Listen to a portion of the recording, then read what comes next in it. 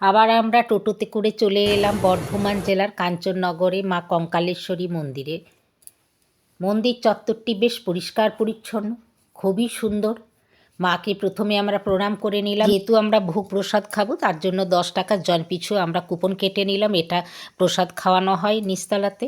10:30টার মধ্যেই কুপন দেওয়া শেষ হয়ে যায়, তাই আমরা কুপন কেটে মন্দির চত্বরটি একটু দেখে নিলাম। তারপরে আমরা মায়ের পুজো করলাম। আর দূরে যে মন্দির দেখা যাচ্ছে, এখানে একটি শিব মন্দির, খুব পুরানো শিব মন্দির, আর একটি পুরানো বিষ্ণু মন্দির আছে। এই দালানটাতে ভক্তরা সবাই এখানে বসে থাকেন, রেস্ট নেন। কোনো অসুবিধাই নেই, সকল সুবিধা এখানে আছে। কুপন মাকে দর্শন করলাম। দর্শন করার পরে আমরা মায়ের সম্পর্কে, আমরা এখানকার যিনি পুরোহিত আছেন তার কাছ থেকে আমরা কিছু জেনে নেব। চলুন মায়ের সম্পর্কে কিছু কথা আমরা জেনে নিই। কতদিন মা এখানে আছেন? বাংলাতে ১৩২ সালে পাওয়া যায়, ১০৮ বছর আগে। আচ্ছা, কোথা থেকে মাকে? দামোদর নদী গর্ভে পাওয়া যায়, স্বপ্নাদেশে।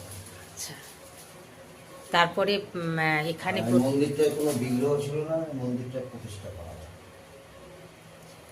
এটা অষ্টভুজা মূর্তি, কঙ্কাল আকার, কালীর সঙ্গে সাদৃশ্য হয়েছে, তাই কঙ্কালেশ্বরী নাম হয়েছে।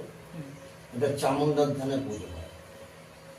মূর্তিটা আনুমানিক ৩,০০০ বছর আগে পাওয়া গেছে, ১০৮ বছর আগে। মন্দিরটা নবরত্ন মন্দির, ৬০০ বছর আগে। মন্দিরে কোনো বিগ্রহ না থাকায় এখানে প্রতিষ্ঠা করা হয়। আপনি এখানেই পুজো করেন? আপনার নামটা যদি একটু বলেন। আমার নাম শঙ্কর চক্রবর্তী। আচ্ছা, আমি প্রায় ৪৮ বছর পুজো করছি এখানে। আচ্ছা। মা খুব জাগ্রত বলেই আমরা শুনেছি। হ্যাঁ, খুব জাগ্রত, বহু দূর দেশ থেকে লোক আসে।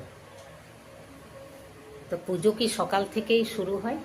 ১১:৩০ থেকে শুরু হয়। আচ্ছা, বাইরের যারা দূরের তারা যদি আসে দেরিতে, তাহলে কি পুজো দেওয়া সম্ভব? ১টা অবধি হবে। আচ্ছা, ১টার পর আবার ৩টে, ৩:৩০ পর। যথাসময়ে আমরা ভোগ প্রসাদ খাবার জন্য লাইনে দাঁড়ালাম। খুব পরিষ্কার পরিচ্ছন্ন, ভেতরে দেখুন।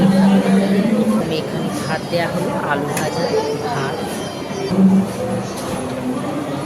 ডাল, নিউট্রিলা সোয়াবিন আলু, আর এটা আলুর সবজি, আলু পোস্ত, একটু চাটনি আর বোঁদেও দেওয়া হলো। সব কিছু খেয়ে বাসন নিজে নিজে ধুতে হয়। তারপরে আমরা মন্দিরের চারপাশ দেখলাম। এই যে একটি জলাশয়ের মধ্যে 9টি প্রকোষ্ঠ করা হয়েছে। রাত্রেবেলায় খুব সুন্দর এখানে আলোকসজ্জা হয়। এরপর আমরা এখানে আবার মাকে প্রণাম করে বেরিয়ে পড়লাম। জয় মা।